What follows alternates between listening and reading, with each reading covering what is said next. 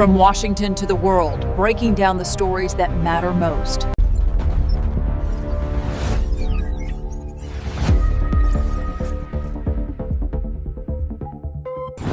Breaking tonight, Part 2. Washington is rapidly shifting its Iran strategy. We have active threats detected in Sector Gamma. Escalation confirmed. Moving assets into position over the strait. In February 2026, direct military strikes between the United States, Israel, and Iran erupted across the Middle East. That exchange of fire has left behind a dangerous new geographic reality in the turbulent waters of the Strait of Hormuz. What was once an open international maritime corridor operates today effectively as a heavily fortified Iranian maritime province. Tehran has implemented a strict strategic toll doctrine. Any commercial vessel wishing to pass must coordinate directly with the Iranian Navy, often finding themselves flanked by fast attack craft enforcing the new rules of transit. Ships belonging to nations currently at war with Tehran, specifically American and Israeli vessels, are entirely barred from entry. Any attempt by these flagged hulls to transit the choke point risks immediate kinetic targeting. This visualization shows the daily flow of global energy supplies. The red sector highlights the roughly 20% of the world's entire petroleum and liquefied natural gas throughput that is now actively choked off by the blockade. We can trace the economic shocks radiating outward from that bottleneck. Shipping insurance premiums for regional transit have spiked to prohibitive levels, forcing massive cargo fleets to divert entirely around the African continent. Iran's mobile missile batteries and naval swarms have proven resilient against months of U.S. and Israeli aerial bombardment. Despite sustained kinetic engagement throughout the spring, the waterway remains under Tehran's operational control. This physical choke point creates a massive bottleneck.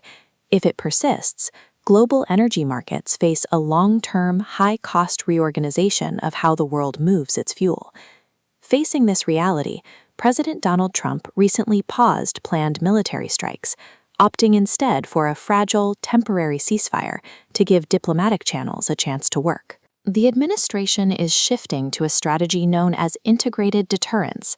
Instead of direct airstrikes, the U.S. is combining cyber operations, aggressive sanctions targeting Iran's shadow banking networks, and repositioning heavy naval assets in the region to project power without pulling the trigger. This pivot is also driven by deep divisions on Capitol Hill. A fractured U.S. Congress has repeatedly weighed war powers resolutions aimed at strictly curtailing the president's ability to authorize further offensive military operations against Iran. Back home, the economic strain is becoming acute. The constricted global energy supply has caused gas prices to surge, putting massive domestic political pressure on the administration to find a resolution. The result is a diplomatic gray zone. Washington is applying coercive diplomacy, exerting maximum economic and naval pressure, while leaving a narrow pathway open for a negotiated settlement. That pathway currently runs through New Delhi, where the U.S. and Iran are engaging in back-and-forth negotiations mediated by Pakistan. But the talks are deeply strained.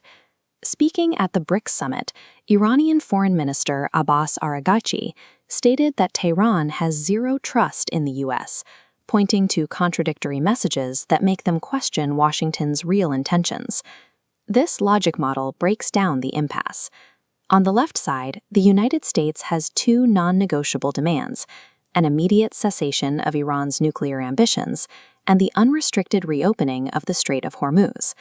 On the right side, Iran is demanding massive economic sanctions relief while insisting on maintaining its nuclear program as a deterrent, along with its newly established right to block belligerent naval assets from entering the strait. The global community is not waiting patiently. Chinese President Xi Jinping recently held talks with President Trump, directly urging the U.S. to resolve the transit blockade so international trade can resume. With Iran explicitly stating it is prepared to resume fighting, and Trump declaring his patience is running out, both capitals are using the threat of renewed violence as leverage. As a result, the Pakistani mediation process is officially suspended in deep difficulty. The forever ceasefire currently functions as a diplomatic countdown. Without a signed permanent pact, every day of quiet is simply a delay before the next potential exchange of fire. the two nations exist in a state of fragile equilibrium. Because there is an absolute absence of trust between Washington and Tehran, the probability of an accidental escalation is extraordinarily high. In this environment, even a small misstep could be disastrous. A routine U.S. naval movement in the Persian Gulf could easily be misinterpreted by Iranian radar as an inbound strike force, instantly collapsing the ceasefire. External factions are actively trying to accelerate this timeline. Exiled Iranian opposition figures are aggressively lobbying lawmakers in Washington, urging the U.S. to abandon negotiations entirely and push for full regime change.